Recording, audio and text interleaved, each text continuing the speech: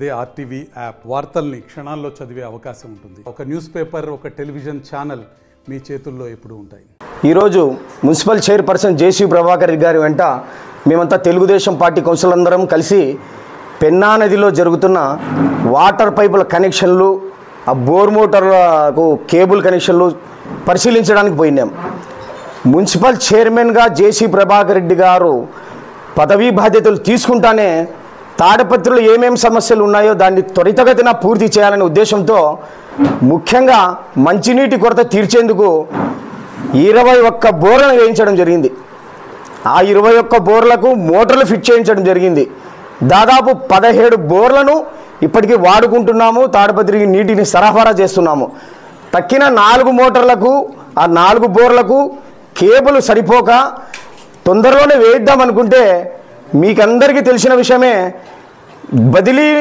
బదిలీలో పోయిన కమిషన్ గారు సహకరించకపోవడం వల్ల ఆ 4 బోర్లకు మేము కనెక్షన్ ఇవ్వలేకపోయినాం. దేవుడి దయ వల్లనో లేక మా చైర్మన్ గారి ప్రోద్బల్యం వల్లనో కమిషనర్ గారు బదిలీ అయినారు.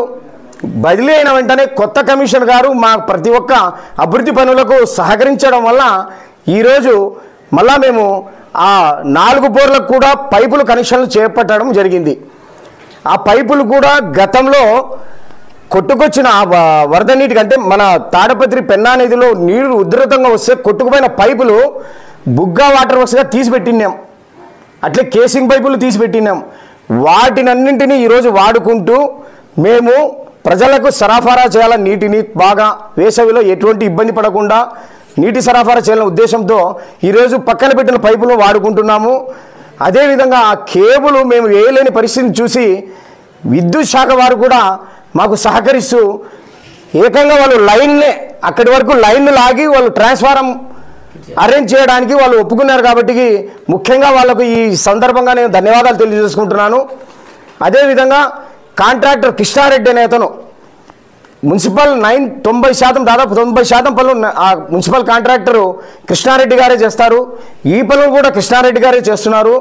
ఆ పైపులన్నీ మున్సిపాలిటీవే, బోర్లన్నీ మేము కౌన్సిల్లోకి వచ్చినాక 21 బోర్లు వేసినట్టువే. మోటార్లు ప్రతి ఒక్క దానికి మోటార్లు ఉన్నాయి. ఏదో కొత్తగా కమిషనర్ వచ్చిన వాళ్ళు సహకరిస్తున్నారు కాబట్టి మేము ఇది చేయగలుగుతున్నాము. వేసవి కాలంలో తాడపత్రి ప్రజలు ఇబ్బంది పడకూడదు. అదేవిధంగా రంజాన్ మాసం వస్తుంది. గతంలో మునుపటిలాగే ప్రతిదినము నీళ్లు వదలాలనే ఉద్దేశంతో ఈ పని చేపడుతున్నాము.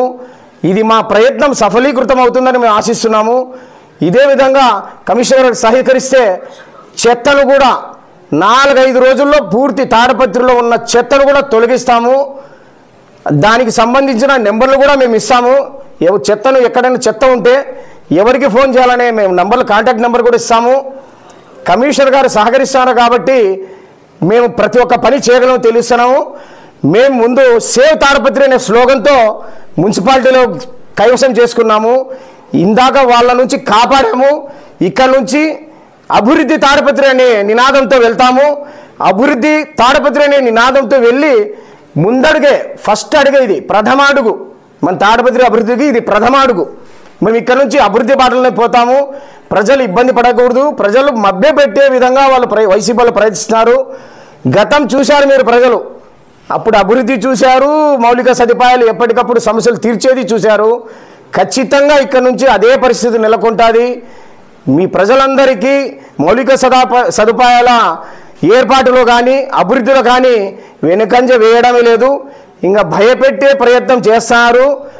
ఏ ఒక్కరం భయపడము, అభివృద్ధి బాటలో నడుపుతామని తెలియజేసుకుంటూ సెలవు తీసుకుంటున్నాను.